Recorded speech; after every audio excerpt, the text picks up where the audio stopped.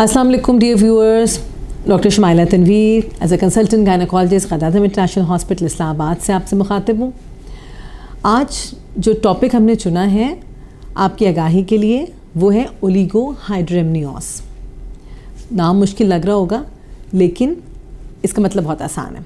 Oligo का मतलब होता है कम हो जाना, हाइड्रेमनियोस का मतलब होता है पानी, यानी कि पानी का कम हो जाना। अब पानी कहाँ कम है? बच्चेदानी में, बच्चे के इर्द गिर्द पानी उसका कम हो जाना। तो ये है हमारा टॉपिक। आम तौर पे जब बेबी ग्रो करता है तो वो पूरे एक सैक में होता है, एक पानी की थैली में होता है, और अल्लाह ताला की शान कि वो थैली इस कदर मजबूत होती है कि इतनी ईजीली नहीं फटती। बेबी पानी में घूम रहा होता है और पानी आता कहाँ से है? बेबी यूरिन करता है और वो इतना साफ होता है कि उसी यूरिन को दोबारा पी लेता है और दोबारा यूरिन करता है। तो जिस बच्चे की किडनीज बिल्कुल ठीक होंगी वहाँ पे पानी नॉर्मल रहेगा। बच्चा पानी में घूमता फिरता रहता है, उसको वो एनवायरनमेंट मिली हुई होती है। पानी एक तरह का प्रोटेक्शन है, एक कुशन है। किसके दरमियान? बेबी और यूट्रस के दरमियान। कि कभी कोई चोट लगे तो डायरेक्टली मदर को अगर कुछ हिट होता है तो बेबी को डायरेक्टली नहीं लगती, पानी एब्जॉर्ब कर लेता है। So it's as a cushion, एक बैरियर है between the baby and the outside environment. बाहर की जो भी बैरूनी कोई भी प्रॉब्लम्स हो सकते हैं, कोई चोट लग गई, गिर गए, दरमियान बैरियर का रोल प्ले करता है। अच्छा, अब हमारे पास पेशेंट्स आती हैं, हमें ये कंप्लेन करती हैं कि जी मेरा पेट उस तरह से नहीं बढ़ रहा जिस तरह बढ़ना चाहिए, या बच्चे की हरकत कम महसूस हो रही है। हम अल्ट्रासाउंड करते हैं और अल्ट्रासाउंड में हमें अंदाज़ा हो जाता है कि पानी की कमी हो गई है। वजूहात क्या क्या हैं इसकी? नंबर 1 बेसिक जो रीज़न है वो ब्लड प्रेशर का ज़्यादा हो जाना। नंबर 2 प्लेसेंटा का काम ना करना। आंवल जो कि सिक प्लेसेंटा होती है वो सही तरीके से काम नहीं करती और बच्चे को उस तरह से ग़िज़ायात, नशोनुमा, पानी नहीं प्रोवाइड कर सकती जो कि बच्चे को मिलना चाहिए। इसके अलावा कुछ ऐसी अद्वियात जो एक्ट करती हैं, बच्चे के किडनीज के ऊपर इफेक्ट करती हैं, उनकी वजह से पानी कम हो जाना। इसके अलावा बनावटी तौर पे पैदाइश के वक्त, पैदाइशी जब बच्चा बन रहा होता है, बनावट बच्चे की हो रही होती है, तो बच्चे की किडनीज अगर सही तरह से ना बनी हो, छोटी रह जाएं या बने ही ना, उस सूरत में भी बच्चा पेशाब नहीं करता और पानी की बहुत ज़्यादा कमी हो जाती है। अब पेशेंट्स हमारे पास आते हैं और पूछते हैं कि क्या हम पानी ज़्यादा पीना शुरू कर दें, हम क्या करें?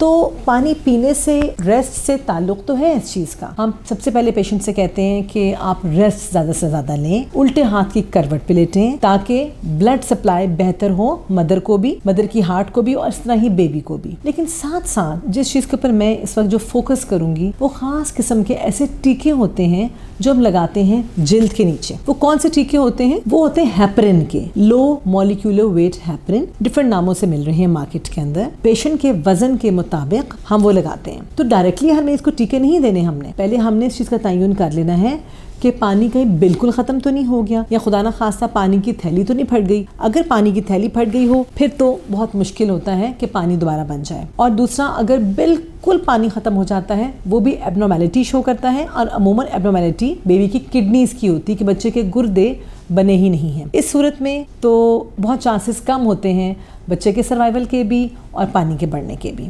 लेकिन अगर पेशेंट का ब्लड प्रेशर ज़्यादा है उस सूरत में हम दवाइयाँ देते हैं ताकि ब्लड प्रेशर को कंट्रोल कर लिया जाए, और साथ साथ में ये टीके भी लगाते हैं। ये टीके जिल्द के नीचे लगते हैं, पेशेंट के वज़न के लिहाज से हम मेजर करके जिल्द के नीचे लगाते हैं। उससे ये होता है कि खून पतला हो जाता है। जब खून पतला होता है तो लगातार माँ से अनइंटरप्टेड ब्लड सप्लाई मिलती है बगैर किसी रुकावट के। ये खून बच्चे को जाता है और बेबी को ज़्यादा से ज़्यादा नशोनुमा मिलती है और पानी बढ़ना शुरू हो जाता है। तो अगर आपको लगे कि आपकी हरकत बच्चे की अच्छी नहीं हो रही, पेट उस तरह से नहीं बढ़ रहा जिस तरह से बढ़ना चाहिए, और आपका वज़न भी नहीं बढ़ा, तो लाजमी डॉक्टर को दिखाइए। वहाँ पे डॉक्टर एक बड़ी मशीन से अल्ट्रासाउंड भी करवाते हैं, जो 5वें महीने में एक अल्ट्रासाउंड होता है जिसे कहते हैं फीटल एनोमली स्कैन, जो कि मस्ट है। प्लीज़ माय डियर सिस्टर्स, इस चीज़ को लिख लीजिए कि जो भी हामला बहनें हैं, एनोमली स्कैन 18 से 22 हफ्ते के दरमियान होना मस्ट है, लाजमी है। नंबर 1 ये वाला अल्ट्रासाउंड होगा। और अगर आपकी मुद्दत आगे बढ़ चुकी है हमल की, लाइक 30 हफ्ते, 8वां महीना चल रहा है, 9वां महीना स्टार्ट हुआ है, उस सूरत में बड़ी मशीन के अल्ट्रासाउंड के साथ साथ डॉपलर अल्ट्रासाउंड भी कराते हैं। डॉपलर का मतलब क्या? ये देखने के लिए कि बच्चे की नालियाँ जो खून देती हैं क्या वो सही खुली हुई हैं, उनसे खून सही मिल रहा है।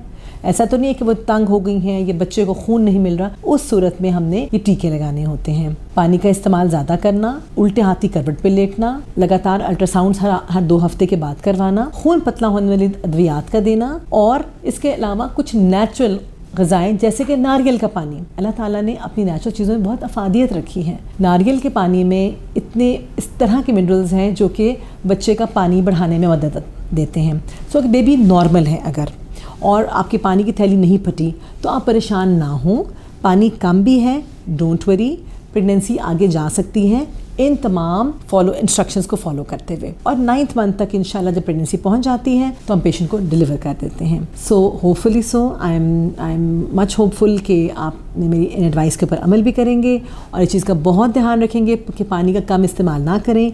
एक हामला औरत को डेली सर्दियों में 6 से 8 ग्लास, गर्मियों में 10 से 12 ग्लास पानी पीना चाहिए और उल्टे हाथ की करवट पे लेटना चाहिए ताकि लगातार खून बेबी को पहुंच सके।